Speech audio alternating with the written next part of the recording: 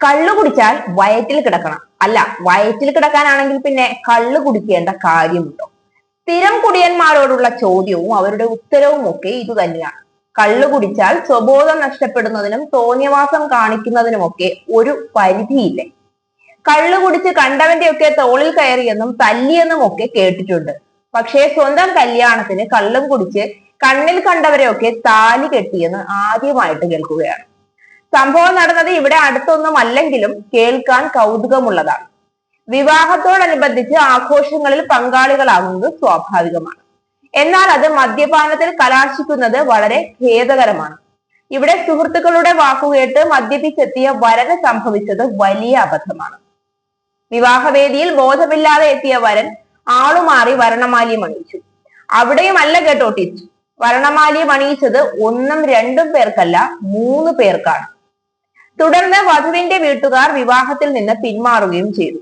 ഉത്തർപ്രദേശിലെ ബറേലിയിലാണ് സംഭവം. രവീന്ദ്രകുമാർ എന്ന യുവാവിന്റെ വിവാഹമാണ് മുടങ്ങിയത്. രവീന്ദ്രകുമാർ വിവാഹവേദിയിൽ എത്തിയതു തന്നെ സമയം വൈകിയാണ്. മണ്ഡപത്തിലേക്ക് പ്രവേശിക്കുന്നതിന് പകരം സുഹൃത്തുക്കൾക്കൊപ്പം പോയി മദ്യപിക്കുകയാണ് അയാൾ ആദ്യം ചെയ്തത്. അതിനുശേഷം മണ്ഡപത്തിലെത്തിയ രവീന്ദ്രകുമാർ മാലയിട്ടപ്പോൾ വധു മാറിപ്പോയി. വധുവിന്റെ കൂട്ടുകാരിക്കാണ് ആദ്യം മാല ചാർത്തിയത്. 500-ലധികം അതിഥികളാണ് വിവാഹത്തിൽ പങ്കെടുക്കാനായി എത്തിയിരുന്നത്. ഇവരെ സാക്ഷിയാക്കിയാണ് വരൻ മാല ചാർത്തിയത്. പെണ്ണ് മാറിപ്പോയെന്ന് മനസ്സിലാക്കിയതോടെ മാല ഊരിയെടുത്തെങ്കിലും പിന്നീട് മാലയിട്ടത് അയാളുടെ തന്നെ ഒരു കൂട്ടുകാരന്റെ കഴുത്തിലായിരുന്നു. അവിടം കൊണ്ടും തീർന്നില്ല. മാല കൂട്ടുകാരന്റെ കഴുത്തിൽ നിന്ന് ഊരിയ ശേഷം വിവാഹത്തിൽ പങ്കെടുക്കാനെത്തിയ പ്രായമായ ഒരു സ്ത്രീയുടെ കഴുത്തിലും ഇട്ടു. ഇത്രയും ആയതോടെ വധു രാധാദേവി വിവാഹത്തിൽ നിന്ന് പിന്മാറി. ഇരു വീട്ടുകാരെയും സാക്ഷിയാക്കി വരന്റെ മുഖത്ത് ആഞ്ഞടിച്ച ശേഷം വിവാഹത്തിൽ നിന്ന് പിന്മാറുകയാണെന്നും രാധാദേവി അറിയിച്ചു. തല്ല് അതെന്തായാലും ഉചിതമായി. ഇങ്ങനെ ഒരാളെ ജീവിതകാലം മുഴുവൻ തലയിൽ ചുമന്ന് നടക്കാത്ത പെണ്ണിന് അഭിനന്ദനങ്ങൾ. ഇതിനുശേഷം വേദിയിൽ നിന്ന് ഇറങ്ങിപ്പോവുകയും ചെയ്തു. വിവാഹം മുടങ്ങിയതിനെ തുടർന്ന് ഇരു വീട്ടുകാരും തമ്മിൽ വാക്കേറ്റവും കയ്യാങ്കളിയും ഉണ്ടായി. പോലീസ് സ്ഥലത്തെത്തിയാണ് സംഘർഷാവസ്ഥ പരിഹരിച്ചത്. വിവാഹത്തിനായി വധുവിന്റെ വീട്ടുകാർ 10 ലക്ഷം രൂപ ചെലവാക്കി.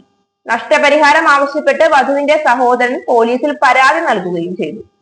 വരന്റെ വീട്ടുകാർ സ്ത്രീധനം ആവശ്യപ്പെട്ട് അപമാനിച്ചെന്നും രാധാദേവിയുടെ സഹോദരന്റെ പരാതിയിൽ പറയുന്നു. സ്ത്രീധനം ആവശ്യപ്പെട്ടതിന് രവീന്ദ്രകുമാറിനെ പോലീസ് അറസ്റ്റ് ചെയ്യുകയും തുടർന്ന് നടത്തിയ വൈദ്യ പരിശോധനയിൽ ഇയാൾ അമിതമായി മദ്യപിച്ചതായും കണ്ടെത്തി. ലഹരി ഒരു ചെറിയ വിപത്തുമല്ല, അതുണ്ടാക്കുന്ന പ്രശ്നങ്ങൾ നിസ്സാരവൽക്കരിച്ച് കാണാൻ കഴിയുന്നതുമല്ല. എങ്കിലും ഇത്തരം ചില കാര്യങ്ങൾ കേൾക്കുമ്പോൾ ചിരിക്കണോ കരയണോ എന്നറിയാത്ത അവസ്ഥയാണ്. കുറച്ചുനാളായി ലഹരിയുടെ അമിത ഉപയോഗം മൂലം ഉണ്ടാകുന്ന അതിതീവ്ര പ്രശ്നങ്ങൾക്ക് സാക്ഷിയായി മനസ്സ് മരവിച്ചവരാണ് പൊതുജനം. ടെൻഷൻ മാറാനും ഒരൽപ്പം സമാധാനത്തിനും സമാധാനക്കേട് കുറയ്ക്കാനും സന്തോഷത്തിനും ആഘോഷത്തിനും ഒക്കെ ലഹരി വേണം. ഈ അടുത്ത സമയത്ത് എന്റെ ഒരു സുഹൃത്ത് പറയുകയുണ്ടായി, ടെൻഷൻ കുറയ്ക്കാൻ വേണ്ടിയാണ് ലഹരി ഉപയോഗിച്ചത് എന്ന്. അന്ന് അയാളോട് പറഞ്ഞ ഉത്തരം മാത്രമേ ഇവിടെയും പറയാനുള്ളൂ. അങ്ങനെ ടെൻഷനും വേദനയും കുറയാൻ ലഹരി ഉപയോഗിക്കണമെങ്കിൽ ഏറ്റവും കൂടുതൽ ലഹരി ഉപയോഗിക്കേണ്ടത് പ്രസവ മുറികളിലാണ്. അവിടെ ഒരു സ്ത്രീ അനുഭവിക്കുന്നതിനോളം വേദനയും ഒറ്റപ്പെടലും എവിടെയാണ് മനുഷ്യൻ അനുഭവിക്കുന്നത്? അവിടെ ലഹരി സ്ത്രീകൾ ഉപയോഗിക്കുന്നില്ല എങ്കിൽ പിന്നെ ടെൻഷൻ കുറയ്ക്കാൻ ലഹരി ഉപയോഗിക്കുന്നവരോട് പുച്ഛമാണ് തോന്നേണ്ടത്.